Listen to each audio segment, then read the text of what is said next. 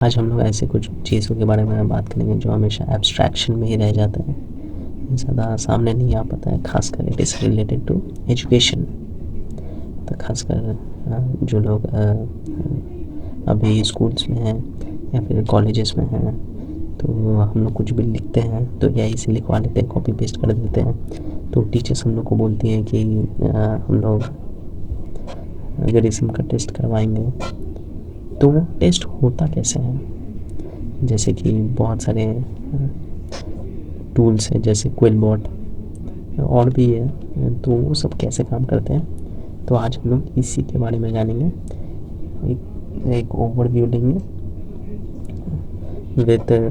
with lots of examples, not lots, with examples and analogies. So let's get started. तो इसका मैं अगर answer दूँ तो वो आ जाता है सिर्फ एक word, and that is perfection. Let's elaborate on this topic of perfection, क्योंकि आधे लोग को तो समझ में आ ही गया होगा व्हाट, क्योंकि ये single word is enough to make everybody understand कि क्यों एआई को पकड़ना आसान हो जाता है। मान लेते हैं कि मैं खाना बनाने जा रहा हूँ और एक एआई है, वो खाना बनाने जा रहा है। तो हम लोग के पास रेसिपीज़ हैं, तो और हम लोग के पास पूरी गाइडलाइंस हैं, सारी चीज़ें हैं। लेकिन जब मैं खाना बनाऊँगा तो हो सकता है कि मैं थोड़ा आँच ज़्यादा देर तक रख दूँ, या फिर हो सकता है कि मैं कुछ से अंदाज़ा लगा के कुछ, मतलब normal day to day work में बात कर रहा हूँ कि मैं रोज़ खाना बनाता हूँ, तो रोज़ थोड़ा थोड़ा हो सकता है कि मैं थोड़ा एक दिन किसी दिन चिली ज़्यादा पड़ गया, किसी दिन टमाटर ज़्यादा पड़ गया। बट अगर एआई वही काम करेगा तो हम लोग एआई को फैक्ट्री मान सकते हैं। जैसे फैक्ट्री के मेड क्लोथ्स होते हैं, सब डिट्टो एक जैसे, सब एक ही जैसे, यू कांट डिफ्रेंशिएट कि इन दोनों में क्या डिफरेंस है। बिल्कुल वैसे वहीं जब हैंड वोवन कुछ चीज़ें रहती हैं तो दोनों में डिफरेंसेस हम लोगों को साफ दिखाई पड़ता है। सो this is the main idea. तो ये हम लोगों ने बात कर लिया। Let's talk about in technical terms. दो चीज़ें मेजरली चेक होती हैं। पहला आ जाता है परप्लेक्सिटी एंड सेकंड इज बर्स्टनेस। ये परप्लेक्सिटी वो वाला नहीं है। यहाँ पे परप्लेक्सिटी का मतलब आ जाता है कि प्रोबेबिलिटी। अभी मैं समझाता हूँ। जैसे कि इसमें क्या करता है कि जो टूल होता है वो अपने लैंग्वेज मॉडल्स को ये चीज़ देता है पूरा सेंटेंस, और वो देखता है कि कोई एक स्पेसिफिक वर्ड है, उसके बाद वाला का मोस्ट प्रोबेबल वर्ड क्या होगा।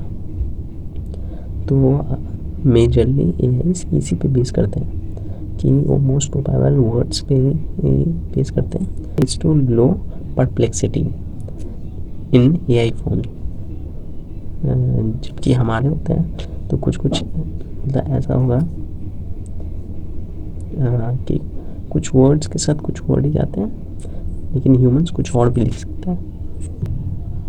मतलब ऐसा कुछ हम लोग देते हैं, जैसे कि जैसे वो ग्रामर्स के रूल होता है, आई विल बी हियर, तो हम लोग उतना ज़्यादा फॉलो नहीं करते हैं, because it wants to give the best possible answer to minimize errors. तो यहीं पे दूसरा आ जाता है बर्स्टनेस। मतलब ऐसा हो सकता है कि मैं जब कोई सेंटेंस लिख रहा हूँ या पैराग्राफ लिख रहा हूँ, तो ऐसा हो सकता है कि मैं एक पैराग्राफ लिखता हूँ 10 वर्ड्स का, नेक्स्ट पैराग्राफ लिखता हूँ 6 वर्ड्स का, उसका नेक्स्ट हो गया है 11 वर्ड्स, उसका नेक्स्ट हो गया 3 वर्ड्स।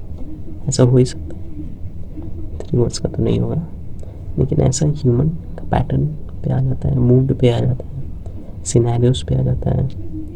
जबकि एआई का एकदम नॉर्मल फ्लो होगा, it is like it is consistent to its core, that to its utmost level it is very much consistent।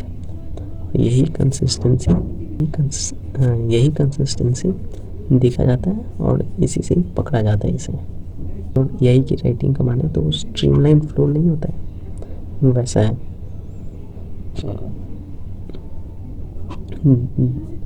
जहाँ पे सारे पार्ट ऑफ वाटर का जो स्पीड है वो सेम है, जबकि हम लोगों के जो होता है वो ऐसा है कि जैसे रिवर आ रहा है थ्रू अ माउंटेन, कहीं पे स्लो, कहीं पे very fast. So this is the whole thing. So this is how AI detect it. तो आज के वीडियो के लिए बस इतना ही. Thank you.